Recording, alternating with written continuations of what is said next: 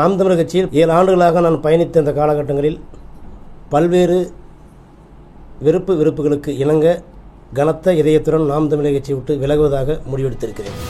அனைவருக்கும் வணக்கம். தொடர்ச்சியான ஒரு கேள்விகள் எழுப்பிக் கொண்டே இருக்கிறது. நாம் தமிழர் கட்சியின் கூடாரம் காலியாகி கொண்டிருக்கிறது என்று சொல்கிறார்கள். துரோகிகளின் கூடாரம் காலியாகி வருகிறது. தமிழ் தேசிய தலைவர் பிரபாகரனின் கொள்கைகளை உள்வாங்காதவர்களின் இருக்கை காலியாகி வருகிறது. பணம், பேர், புகழ் என்று வந்தவர்களின் இருக்கை காலியாகி வருகிறத ஒழிய தமிழ் தேசியத்தையும் தலைவர் பிரபாகரனையும் உள்வாங்கினவர்களின் இருக்கை என்றைக்கும் நாம் தமிழர் கட்சியில் எழுச்சியுமாக புரட்சியுமாகத்தான் முன்வந்து கொண்டிருக்கிறது. நாம் தமிழர் கட்சியிலும் தமிழ் தேசிய பாதையிலும் பயணிக்கும் பல லட்ச இளைஞர்களும் தமிழ் உணர்வாளிகளும் இன்னும் கட்சியில் எந்த ஒரு பொறுப்பும் இல்லாமல் இருக்கிறார்கள். ஆனால் வேறொரு பெரிய கட்சி இயக்கங்கள் எல்லாம் ஒரு உறுப்பினர் ஆகிவிட்டால் அடிமட்டத்திலிருந்து வேலை செய்ய வேண்டும், கிளை பொறுப்பாளராக இருக்க வேண்டும்.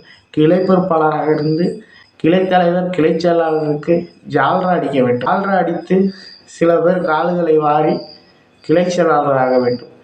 ஒன்றிய செயலாளர் ஒன்றிய பொறுப்பை தொட வேண்டும். ஒன்றிய பொறுப்புக்குள் வந்துவிட்டு சில கான்ட்ராக்டுகளை பிடித்து கமிஷன்களை வாங்கி கொண்டு பெரிய பெரிய கான்ட்ராக்டுகளை எடுத்துக்கொண்டு அந்த பணங்களை சேர்த்து வைத்து கட்சிக்கு கமிஷனாக கொடுத்து தொகுதி செயலராக வேண்டும். தொகுதி செயலாளராக ஆன பிறகு அதிலிருந்து கட்சிக்குள் வருகிற காசுகளை கொஞ்சம் கொஞ்சமாக களவாடி மாவட்டத்துக்கு ஜால்ரா போட்டு ஒரு மாவட்ட பொறுப்பு வாங்கி விடுகிறார்கள். அடுத்தது எம்எல்ஏ, எம்பி என்ற பதவிகள் வாங்கி விடுகிறார்கள். திமுகவும் அதிமுகவும் இப்படியெல்லாம் செய்வது தான் அரசியலா?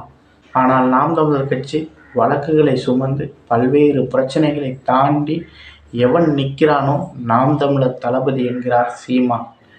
ஆனாலும் பிற கட்சிகளின் பொறுப்புகள் வாங்குவதற்கு மிகுந்த பணச்செலவும் நிறைய காலகட்டம் ஆகுகிறது. ஆனால் எந்த ஒரு பணச்செலவும் இல்லாமல் கட்சிக்காக தமிழ் தேசியத்துக்காக உண்மையாக உழைக்கும் முதல் தொண்டர், முதல் உறுப்பினர் சக மேடையில் ஏறி கருத்துக்களை பேசுறதுக்கு கருத்து சுதந்திரம் இருக்கிறது நாம் தமிழர் கட்சி. ஆனால் திமுக கட்சிக்குள்ளேயே உதயநிதி கலைஞர் பேரனாக, மு.க. ஸ்டாலின் மகனாக இல்லை என்றால் உதயநிதியை ஒரு ஒன்றிய பொறுப்பு கூட வாங்க முடியாது. அப்படித்தான் திமுகவின் நிலைமை. ஆனால் நாம் தமிழர் கட்சியில் பிரபாகரனின் உணர்வும் தமிழ் தேசிய விடுதலை கனவும் இருந்தாலே போதும். நீ அடிமட்ட உறுப்பினராக இருந்தாலும் மேடையில் ஏறி பேசலாம், உனக்கு பொறுப்பு வழங்கப்படும், அந்த பொறுப்பை சிறப்பாக செய் என்று அண்ணன் சீமான் மதிப்பளித்து உங்களுக்கு பொறுப்பு கொடுக்கிறார். கட்சியை விட்டு வெளியே போகிறவர்கள் என்ன சொல்கிறார்கள்? எங்களுக்கு அங்கீகாரம் கொடுக்கவில்லை என்று. அங்கீகாரம் கொடுக்கவில்லை என்று சொல்வது யார்? மாவட்ட செயலாளர், தொகுதி செயலாளர், ஒன்றிய செயலாளர், மண்டல செயலாளர். உங்களுக்கு செயலாளர் பொறுப்புகளை கொடுத்து அழகு பார்த்து பொறுப்புகளை அமைத்து வைத்திருக்கிறாரே, அதெல்லாம் உங்களுக்கு அங்கீகாரம் இல்லையா? ஒரு திமுகவில் நீங்கள் போய் ஒரு ஒன்றிய செயலாளர் வாங்கி பாருங்கள்.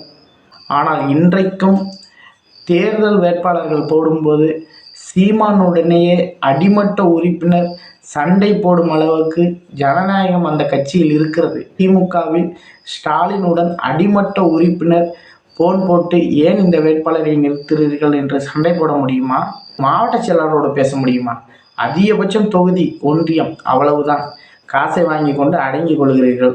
ஒரு ஜனநாயகம் பேசுகிற கட்சியில் எவ்வளவு கருத்துரிமைகள் இருக்கிறது, இப்படியே கட்சியை உருவாக்குகிறீர்கள். ஆம், ஒரு பேட்டியில் சீமான் சொல்கிறார், ஒரு தொகுதிக்குள் போனால் நான் எந்த கட்சியில் இருக்கிறேன் என்று எனக்கே தெரியவில்லை. ஏனென்றால் இதுதான் உண்மையான நாம் தமிழர், இதுதான் உண்மையான நாம் தமிழர் என்று பல கோஷ்டிகள் வருகிறது என்று சொல்கிறார். ஆம், அந்த சூழ்நிலை நாம் தமிழர் கட்சியில் இருக்கிறது. திராவிட அரசியல் போல் நீங்களும் விளம்பர அரசியலை செய்ய நினைக்கிறீர்கள். அவர்கள் தொடர்ச்சியாக கட்சி மாறுவதும் பிரஸ் மீடியாவில் பேசுவதும் ஒரு நாள் விளம்பரத்துக்கு ஆசைப்பட்டுத்தான் இவர்கள் மாறுகிறார்கள் என்று நான் சொல்கிறேன்.